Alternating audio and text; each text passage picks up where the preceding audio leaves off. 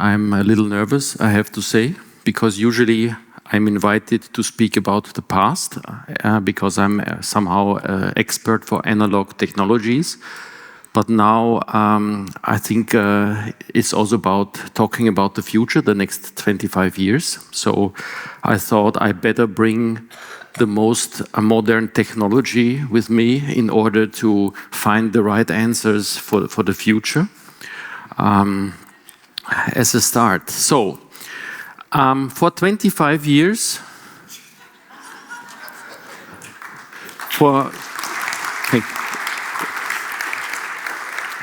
usually this is the best part of the whole speech. So if you want to leave already, it's not getting any better.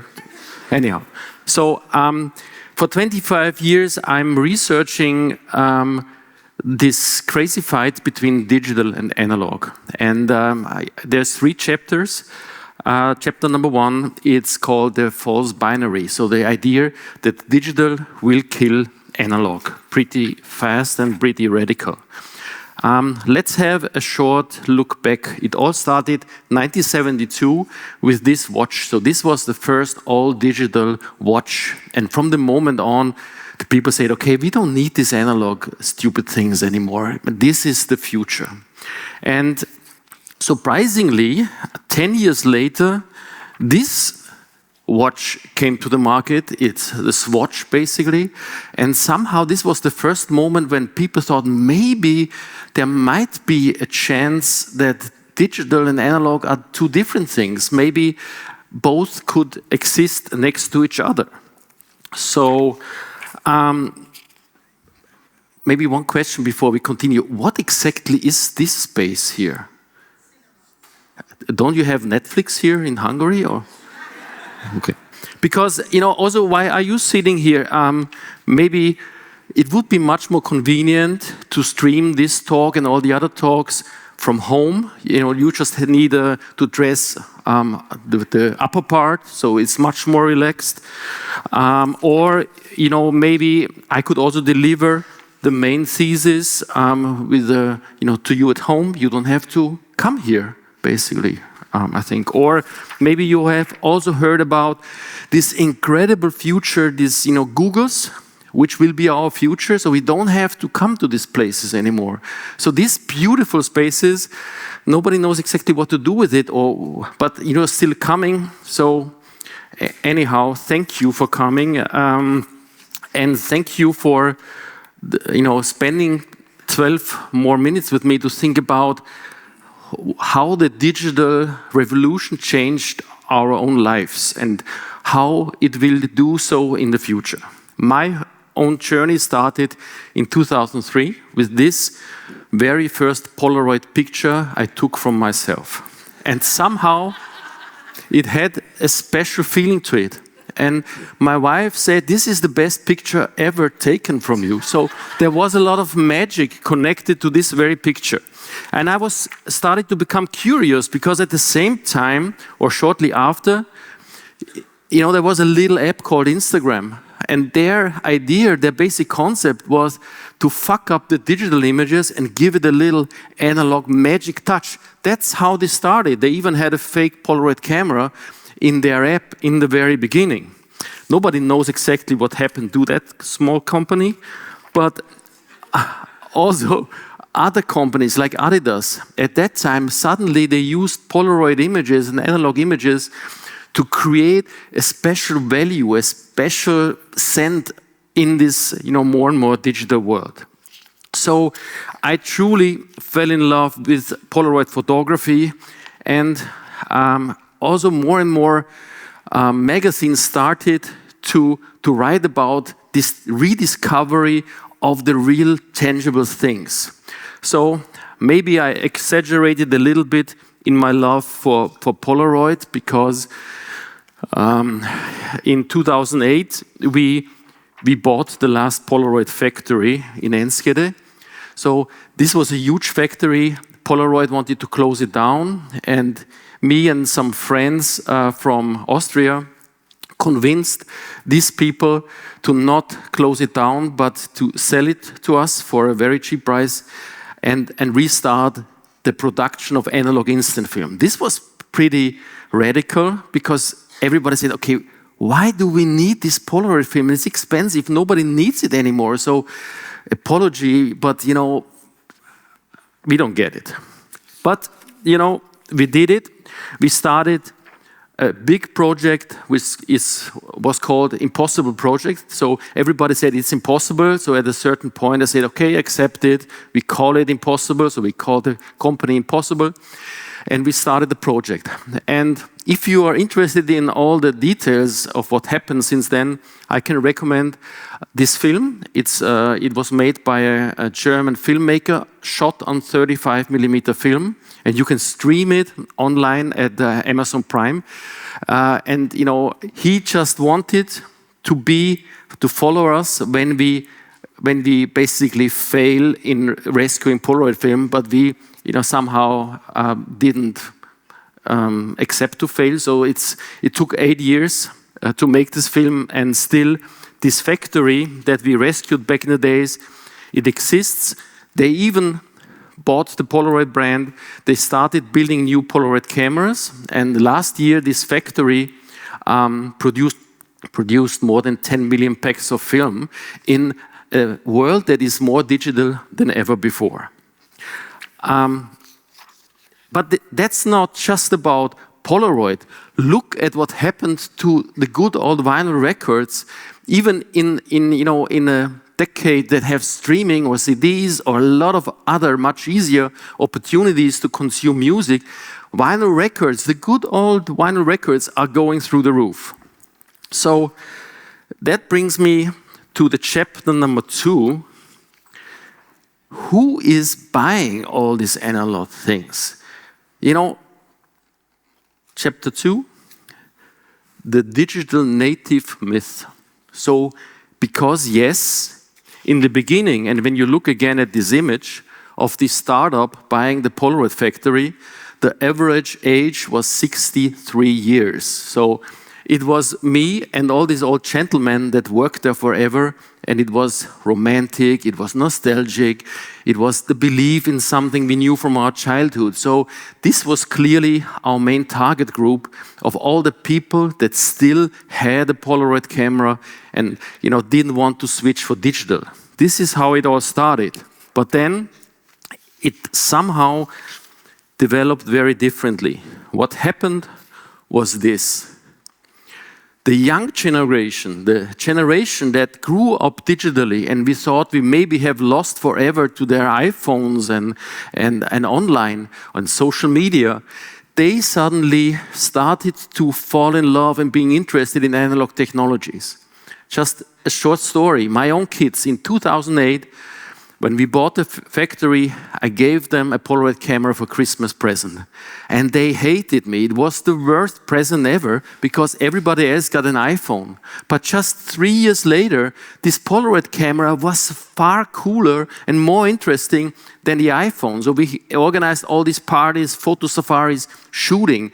This was the big surprise, that the young generation, the people who grew up digitally, they started to fall in love and rediscover analog technologies. Same for the records and the turntables.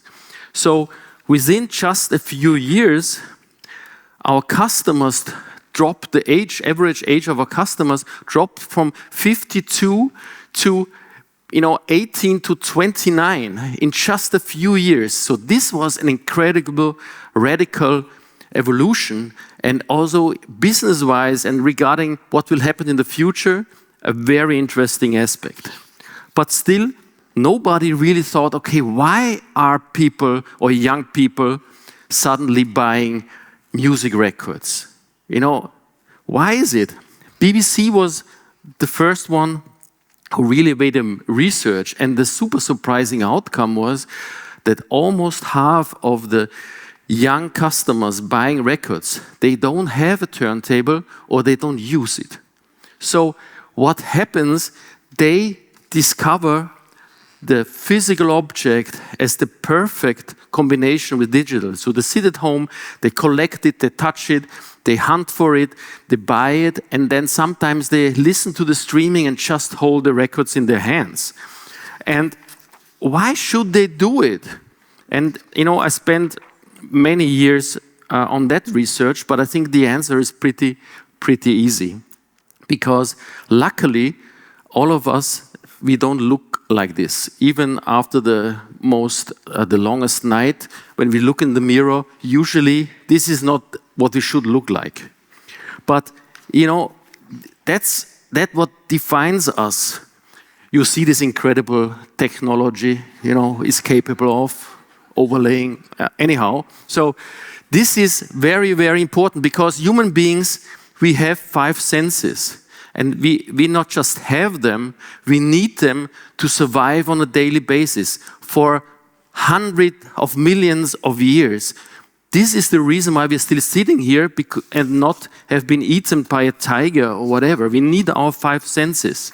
And this is what is the biggest limitation of digital. Digital technology, you can hear it, and you can see it, but you cannot smell it, you cannot taste it, and you cannot touch it.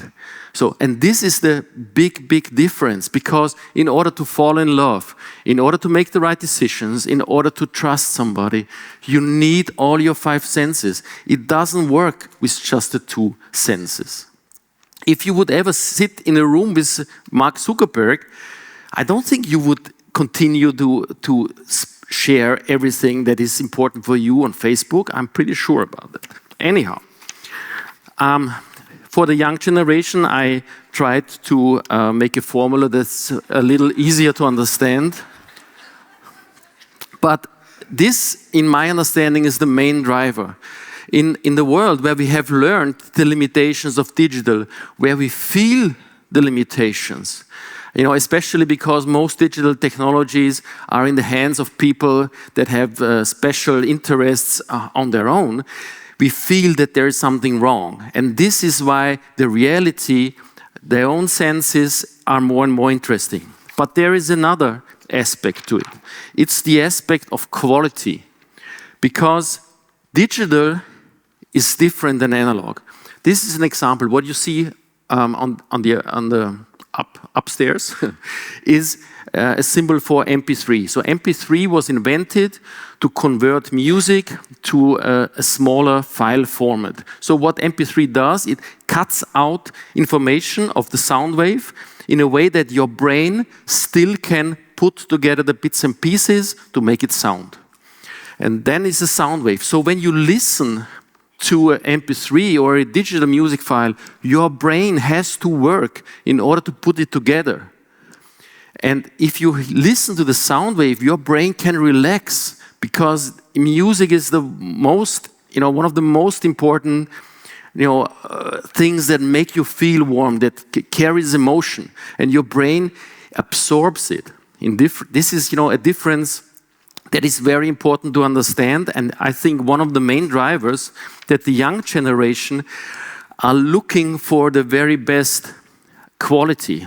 There's many symbols of that direction. One of my favorites is coffee. So there is now, after the first wave, the second wave, third wave of coffee, this is a blue bottle coffee. So this is the owner who starts to introduce the best possible quality of coffee so that people understand the real power of the beans, and also understands the limitation of industries. And it's a huge success in the US at the moment, which is just the best possible coffee served in a very respectful way. And I think this is a very important direction we have to go. What we did, we said, okay, this is our thesis. It's about the 5 senses. So if we want to find out more, we have to create the spaces that people come and we can really look at the power of their own senses. We have to activate their senses. And this is only possible in reality.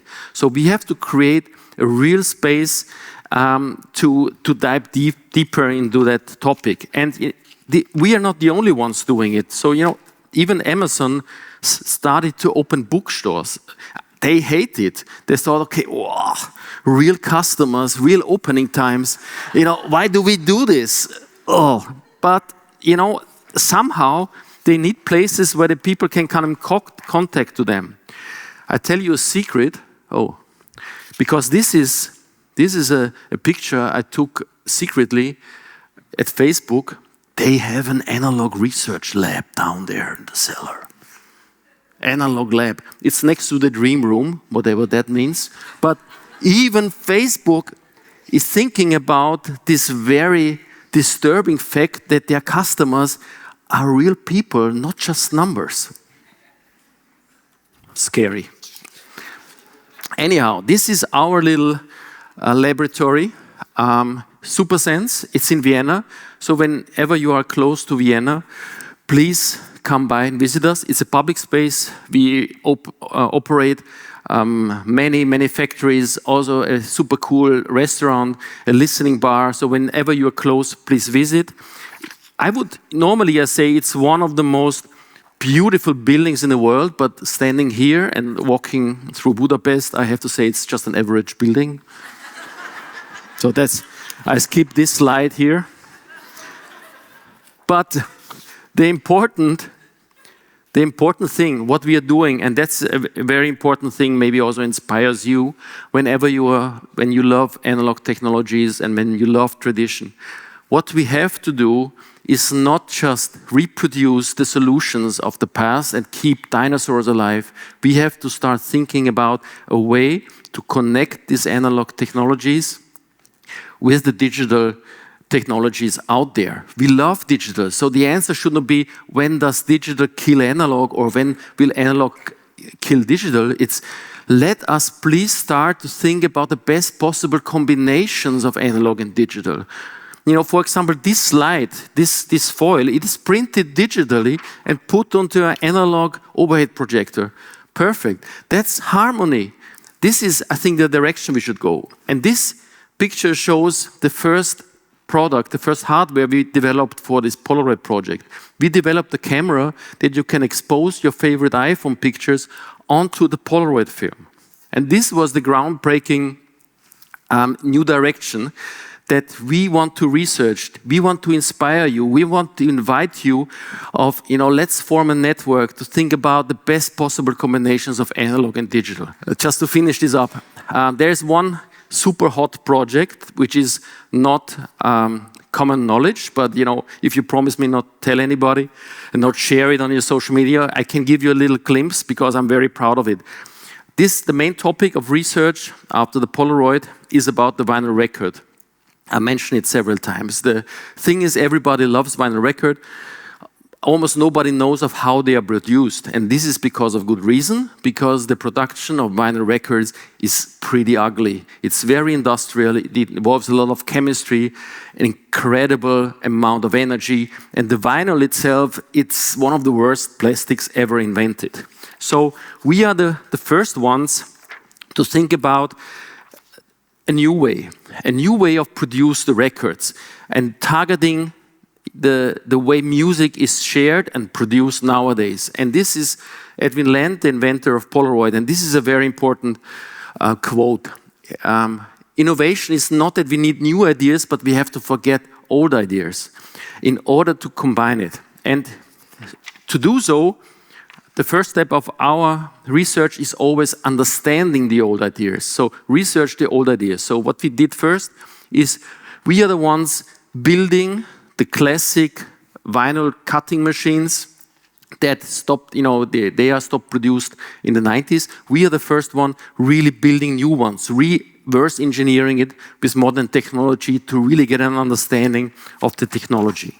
As soon as we succeeded on that, we started the project, the secret project now, so hand this down, PhonoCut, which basically is a new approach. So we have a little laboratory, again in the SuperSense Palazzo, where we developed the cutting machines. So we don't press the records, but we cut them in best quality directly onto new blanks. And we build these machines together with the not yet to mention consumer electronics brand from Sweden. So we have the best partners in order to join that vision. We cut on blanks, which are 97% from recycled ocean plastic, together with a partnership of Pali for the Ocean.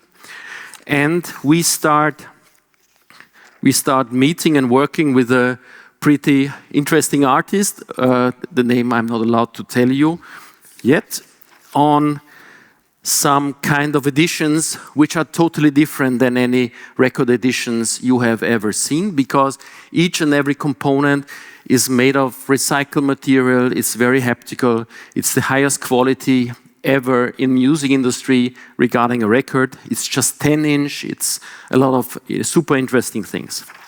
So please keep your eyes open whenever we are finally ready to launch it. And to end this, I just have a very important request. Don't believe what I'm saying, don't believe what anybody else is saying, but please start trusting and believing in your own senses. You know, this has been always the most important decision maker, and it should be, no matter of what rains down on you and how stressed you are. You know, your 5 senses are the best guidance for taking the right decisions. No matter if it's an analog year, a digital year, or just a normal year, it doesn't matter. It's about us being human beings and our 5 senses that always have been our best guidance of how to take the right decisions. Thank you very much.